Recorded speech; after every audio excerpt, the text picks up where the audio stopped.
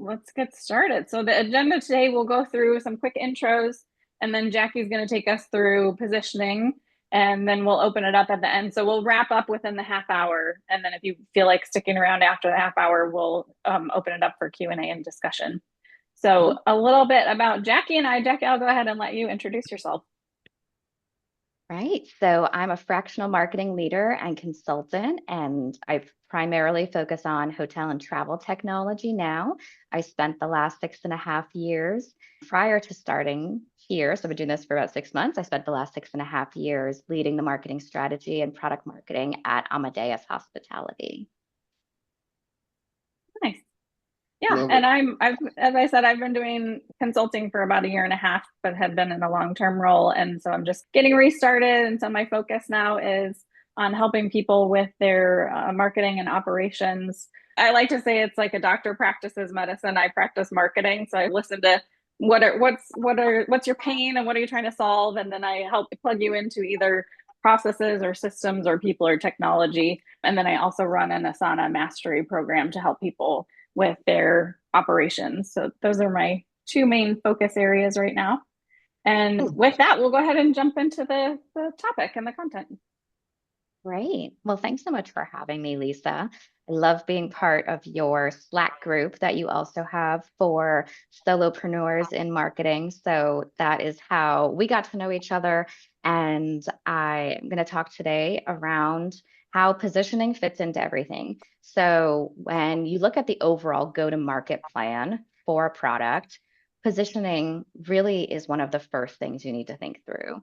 So when you're thinking about your product overall, you need to be identifying who your ideal customer is and looking at the overall marketplace and competition, the industry, really understanding all of those details that are the foundation for your entire go-to-market plan.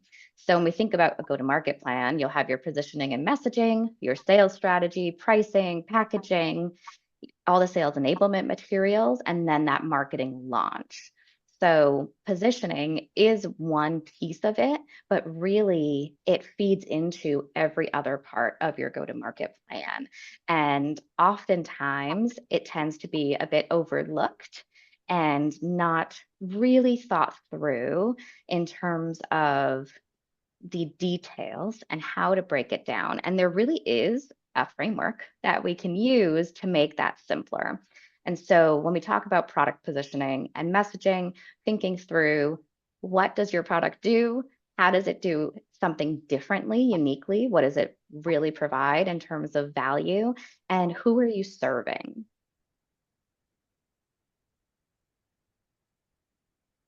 Now, positioning gets thrown in with branding in a lot of ways.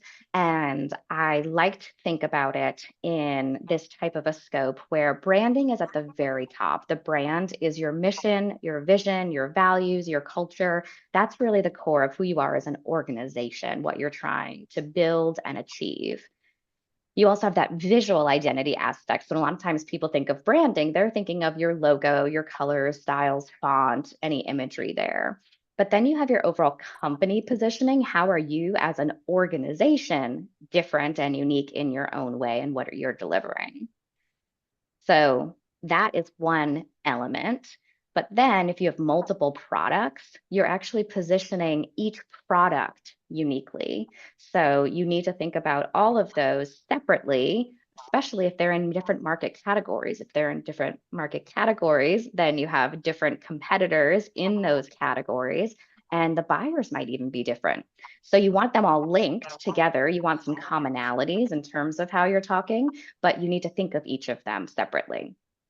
And then messaging comes from the positioning and branding.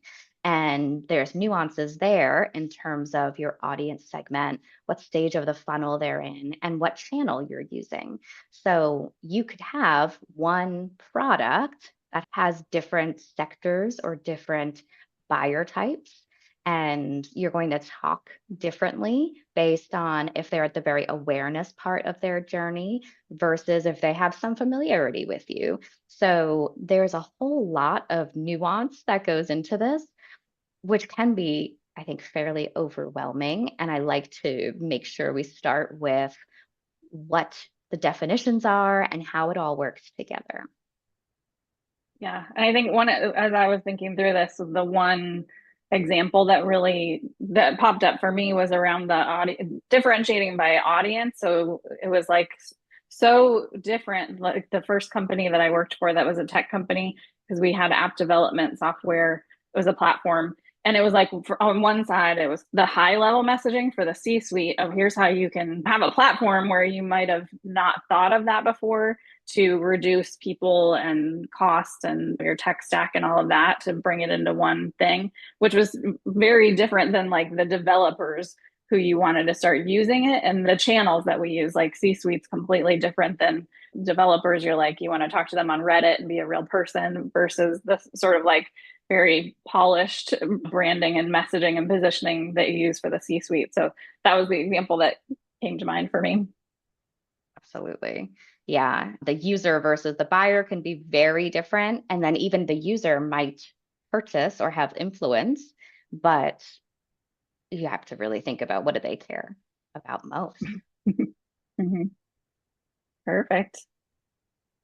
And so I like to think about when it's important to do positioning, because we always think about, you want to do it at the beginning when you're launching a new product, of course, or if you're launching to a new audience. That seems inherently a time when people realize we need to sit down and talk about what we do, how do we do it differently. But what we don't as frequently think about is other reasons you might want to look at positioning. So what's going on in the competitive landscape? Is there a new competitor in the market who's making noise? Are there mergers and acquisitions? And how is that shifting something in terms of the overall dynamic? Are there shifts in functionality? So are people adding new functionality? Are they removing functionality? Why is that? And then, of course, what's the feedback you're getting on your product from sales team, from your win-loss analysis? Is there a shift in your ideal customer profile? Have you started to sell to a different audience? And I think you get so bogged down, it's so hard to keep up with all of this. That tends to be the biggest challenge with smaller organizations. So being mindful of what's going on with the competition, I think, is super important, but it doesn't need to be a huge lift all the time. And even if you're making sure to do a more thorough check-in on their website every 6 months to see how they're talking about things, that's really helpful. It's certainly something that I've done and noticed over time, even if the competition is actually not doing anything different. So you haven't seen it come up in the news industry publications or anything. No new functionality has come up. All of a sudden you go to their website and realize they've relaunched their brand, they've completely changed all of their messaging, and now maybe it sounds even more like yours. You're like, oh no, now what is the buyer supposed to do? It looks exactly the same. So that is definitely a good reason to look through and try to better differentiate. Yeah. And I had a question that I thought of while you were talking about this, and maybe we might want to save it for the end if it kind of takes us down a rabbit trail, but I'll just tell you now in case it's like an easier answer. But the question is, do you have any tech that you recommend for following competitors or learning about competitors? There's a lot of technology. I will say I've never been able to afford any of it. No. That's fair. So I do it pretty manually, but I am always keeping an eye out for new technology that is cheaper. But really, I mean, Google Alerts, it's your standard, right? I do all of the free things. Yeah. Yeah. Okay. Perfect. Yeah, that's definitely fair. And you can find great information just searching around for it. But yeah, I know there are some that kind of will either send you alerts, or like we used to use SEM Rush for our own, like keeping track of our SEO and keywords and all of that. But then you could, if you were, depending on the package you were in, you could subscribe to your competitors and see what are they trending on, and what, like, where do we sit traffic wise compared to them, and that kind of thing. So yeah. Yeah, that's a great tool. All right. So I've talked a lot about positioning, but I like to break it down into these 5 parts. Now, this is not incredibly unique to me, and I will talk a little bit more about some books that I've referenced, but this is something I've been doing for years now.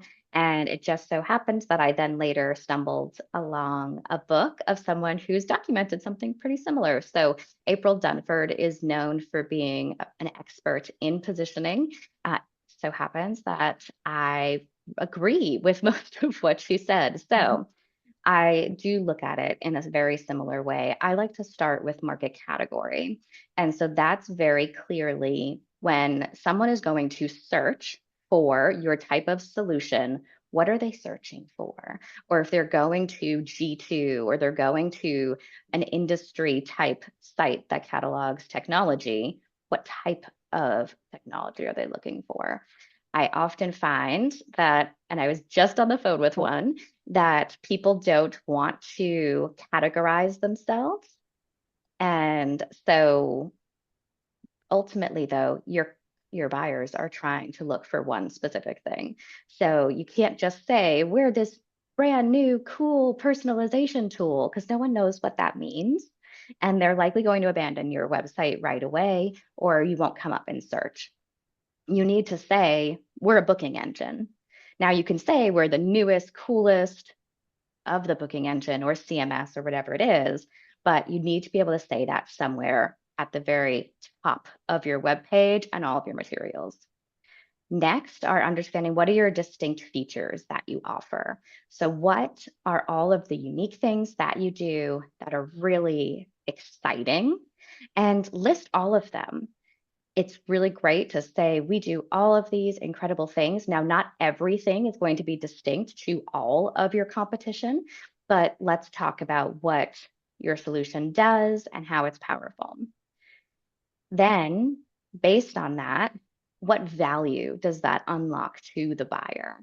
So your unique value comes from the benefits of those features, right? What does it unlock for your buyer that they couldn't do otherwise if they didn't have those features, and it could be multiple of them. If you think about competitive alternatives, think about your direct versus your indirect competitors. So there might very much be someone very specific who does the same thing as you, but oftentimes the competitor is also doing it manually. So for a lot of software solutions, it's Excel. I was just talking to someone today that they said, well, the competitor is 6 different other solutions.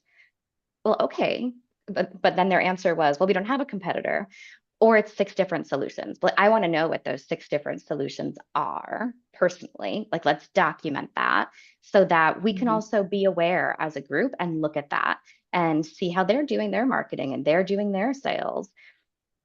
And then finally, what is your ideal customer's characteristics? So what type of organization, and get into those details a bit, right?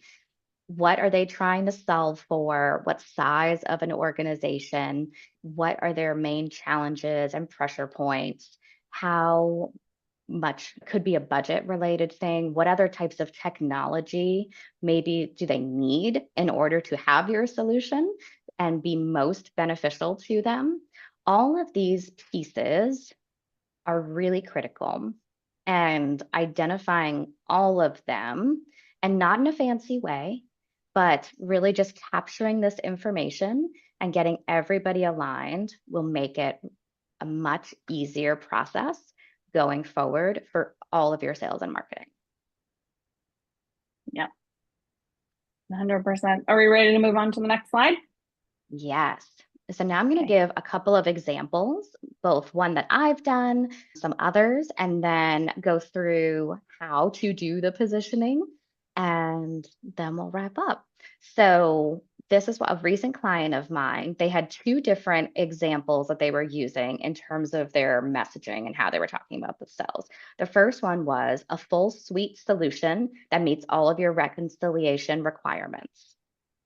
The second one was a software solution that provides payment reconciliation in minutes, not hours. So they get their market category, they have reconciliation in there. They don't talk about anything distinct The value is kind of there in that we talk about the time savings. It doesn't really hit the audience. So when we repositioned it a little bit, it gets longer, understood, but it also is more specific and helps to connect better. So we changed it to an enterprise payment reconciliation solution that connects your unique payment ecosystem. Get transaction level visibility in minutes so you can trace and resolve variances to safeguard your revenue. So we talk about the market category. We've got some distinct features in there. It talks about your unique value. Audience is a little light on this one in particular. It just says enterprise, but generally that will be down later. So could we say this? I think this kind of like your description, right? This will be your short description. This would not be your headline. Please don't put this in a masthead of a web page. But right, this gives you all the information to say, is this what I'm looking for as a buyer? Yes or no? Should I continue reading more? Yeah, that's so helpful to have those 4 points you need to hit, I think. Yeah. Now, to complicate it a little bit, you could have kind of different messaging based on how you bring this to life. So you can be a little more category based, or you can be use case based. And so here's examples of both. On a category side, Pickfin, Restaurant 365, they're talking about tip management or restaurant software. And they're very much leading with that as their key message. And then you see the rest of it comes through after. Whereas Calendly and Novatic are talking more about the action that you're taking, easy scheduling ahead, make buying easier with interactive demos. And so my recommendation would be to test it. You'll use the same positioning with different types of messages and see what engages best with your audience. But I think being mindful of what you're leading with could be really interesting and a more thoughtful test to run. I love it. Those are great examples. And so in terms of the process, a lot of this comes down to doing the research ahead of time, right? So you get the competitive analysis, who is your ideal customer, what's going on in the market, all of that information is really helpful. But for me, what I've seen be most effective is having a full workshop style session with all of your key stakeholders in one room.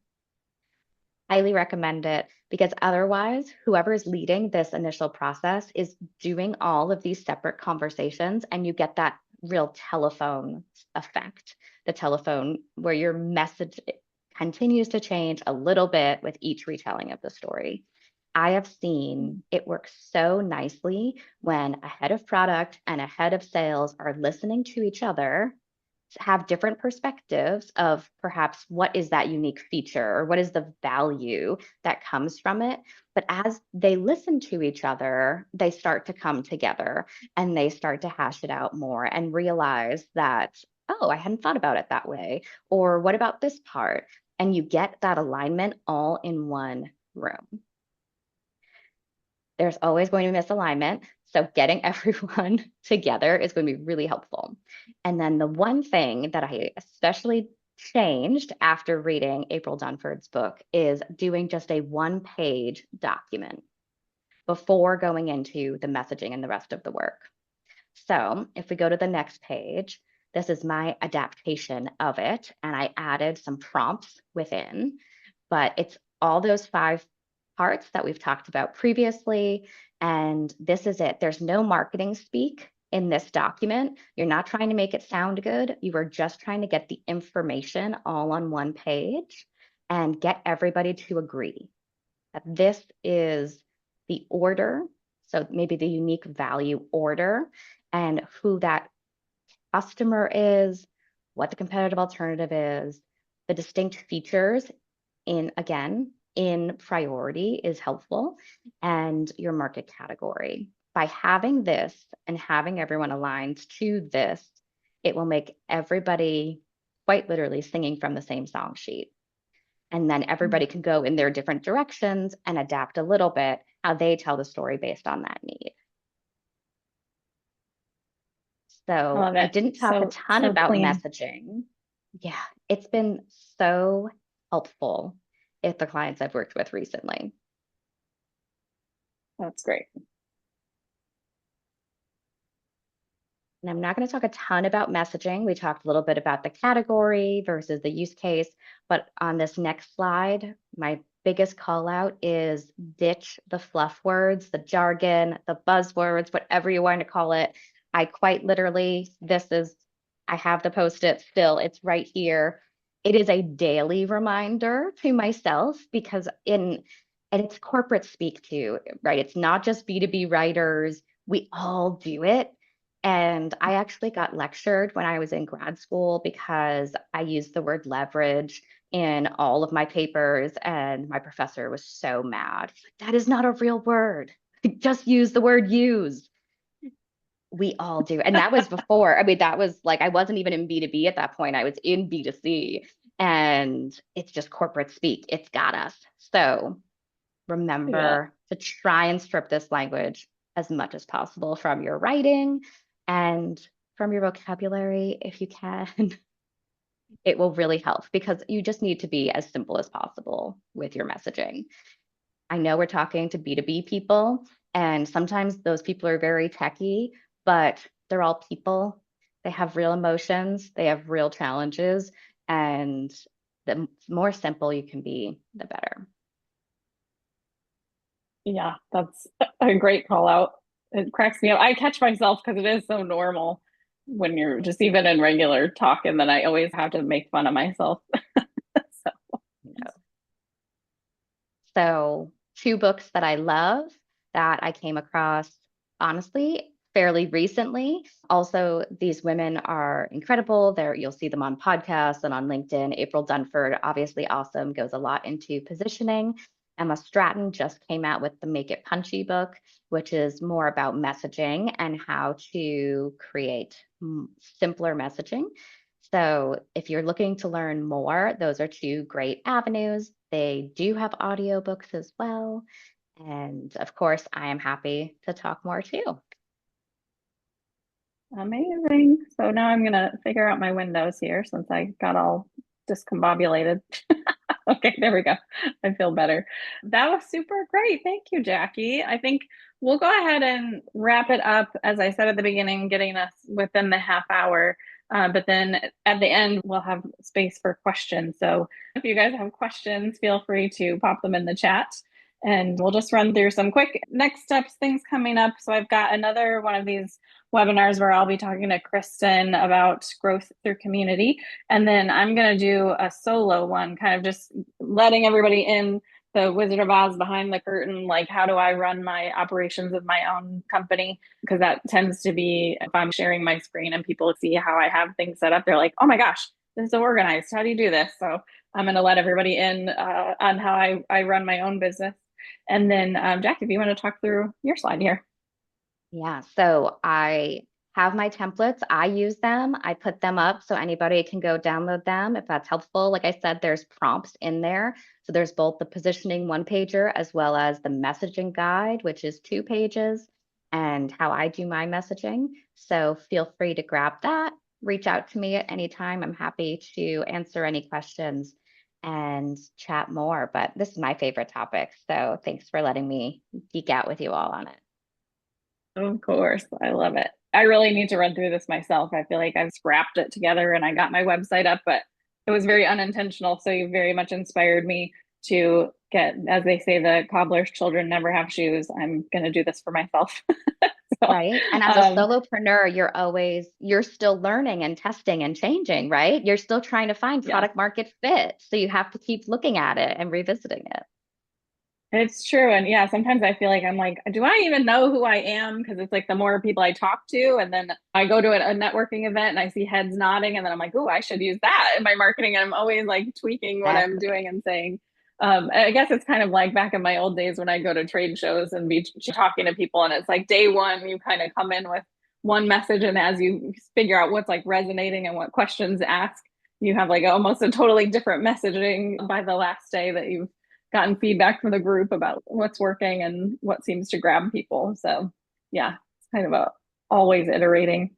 And then one more thing I thought I would just mention, I've got, as I said at the beginning, I've got an Asana mastery program. So it's, if you're looking to figure out how to operationalize some of your work that you're doing and create systems and communicate better with your team, this is a great program to check out. So wanted to share that. And with that, we'll go ahead and jump into the Q&A. I asked my question about tech, but if there aren't any pressing questions right now, I guess, Jack, what do you think people miss, or what do they don't know that they don't know? Yeah, I think it's surprising how simple some of these questions are and hard to make a decision on, especially if you're earlier into your product, that it's a fair, still within the first couple of years, you don't want to narrow down. And Lisa, you were mentioning doing this yourself. I felt the same way when I first started my solopreneur experience. I'm like, well, I could do B2B marketing for anyone. Really, I could do B2B and B2C marketing. I've done it. But what is going to be the most valuable, and who needs that work, and where do I provide the most value? And I have two current clients I'm talking to, and it's very much like, what is your market category? Who is the competition really? And then being able to identify those gets you closer to understanding who is that ideal customer and how do you create content that will resonate with them. But I think it's really hard to make some of those decisions. And so having someone to talk to about it and ask questions in a different way, or listen to what you're saying and extract some of that, a little bit like therapy session, the way I just described it. But it's true that sometimes you're so in it that you can't take that step back to realize what is unique and different and really special about what you're doing. Mm-hmm. Yeah, my friend Carrie always likes to say it's hard to read about like yourself. It's hard to read your own label on your own jam jar. So yeah, that you need someone to reflect back to you. Like, what do you see as true about me, or what, especially when you're selling yourself, what do you see as true about like my value or what I provide or how I've helped you? So yeah, talking to clients, especially, or just people that know you and know what you do, it's like invaluable to have that mirrored back. And someone who's seen the competition. So I was just talking to someone Mm-hmm. who's, they're newer to the space, but they are going up against some very heavy hitter competitors who've been in the industry for a long time. While hearing from people who've seen your product versus theirs, used it, you're going to get really valuable feedback and insights. And it might be qualitative for the time being, but you'll understand so much more by talking to them. Mm-hmm. Wonderful. Well, anything else before we wrap up? So, Chris, what'd you think? Any questions for me? What brought you to this session? This is excellent. Well, you brought me to the session candidly, right? So just hearing about your reputation and just what you've done in the space, that just I seen a post and I had miraculously had the hour open, so I thought I might as well just jump on. Definitely insightful in terms of just confirming some of the stuff I'm already doing, and then for further refining um, this document, because even just engaging with external marketing teams, I think it's what I'm finding, particularly in the whole founder model, is really having to own this process to then help everybody else. Where I actually work with a lot of the consultants, or I work for a lot of the consultants, even though CEO of the company. So it just helps get them up to speed faster, do the heavy lifting, allow them to pressure test things better. If I'm actually doing the heavy lifting and refining the message on their behalf, and then Yeah, they get to quarterback more. right.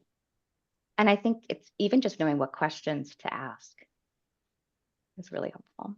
Yeah, I mean the templates are great. I seen this very similar one when somebody was talking about even from like investor decks of all things, right?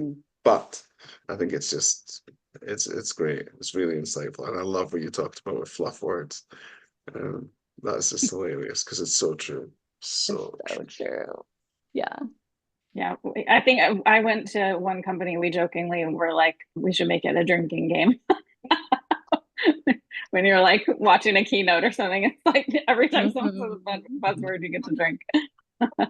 Or play bingo. I think we made it a bingo card. Good. Well, Right. I think if that's it, we can go ahead and wrap up. And yeah, thanks for joining. And gosh, thank you, Jacki. Yeah, this was super helpful. As I said, I'm going to go through it and look forward to I always love your content. So following you like a super fan. So thank you so much for your time. Thank you so much for having me. Hope the crash course was helpful. Definitely. For sure. Great to meet you both. Take care, Lisa. Good to meet you too. All right. Great to meet you too. Thanks. Bye. Bye-bye.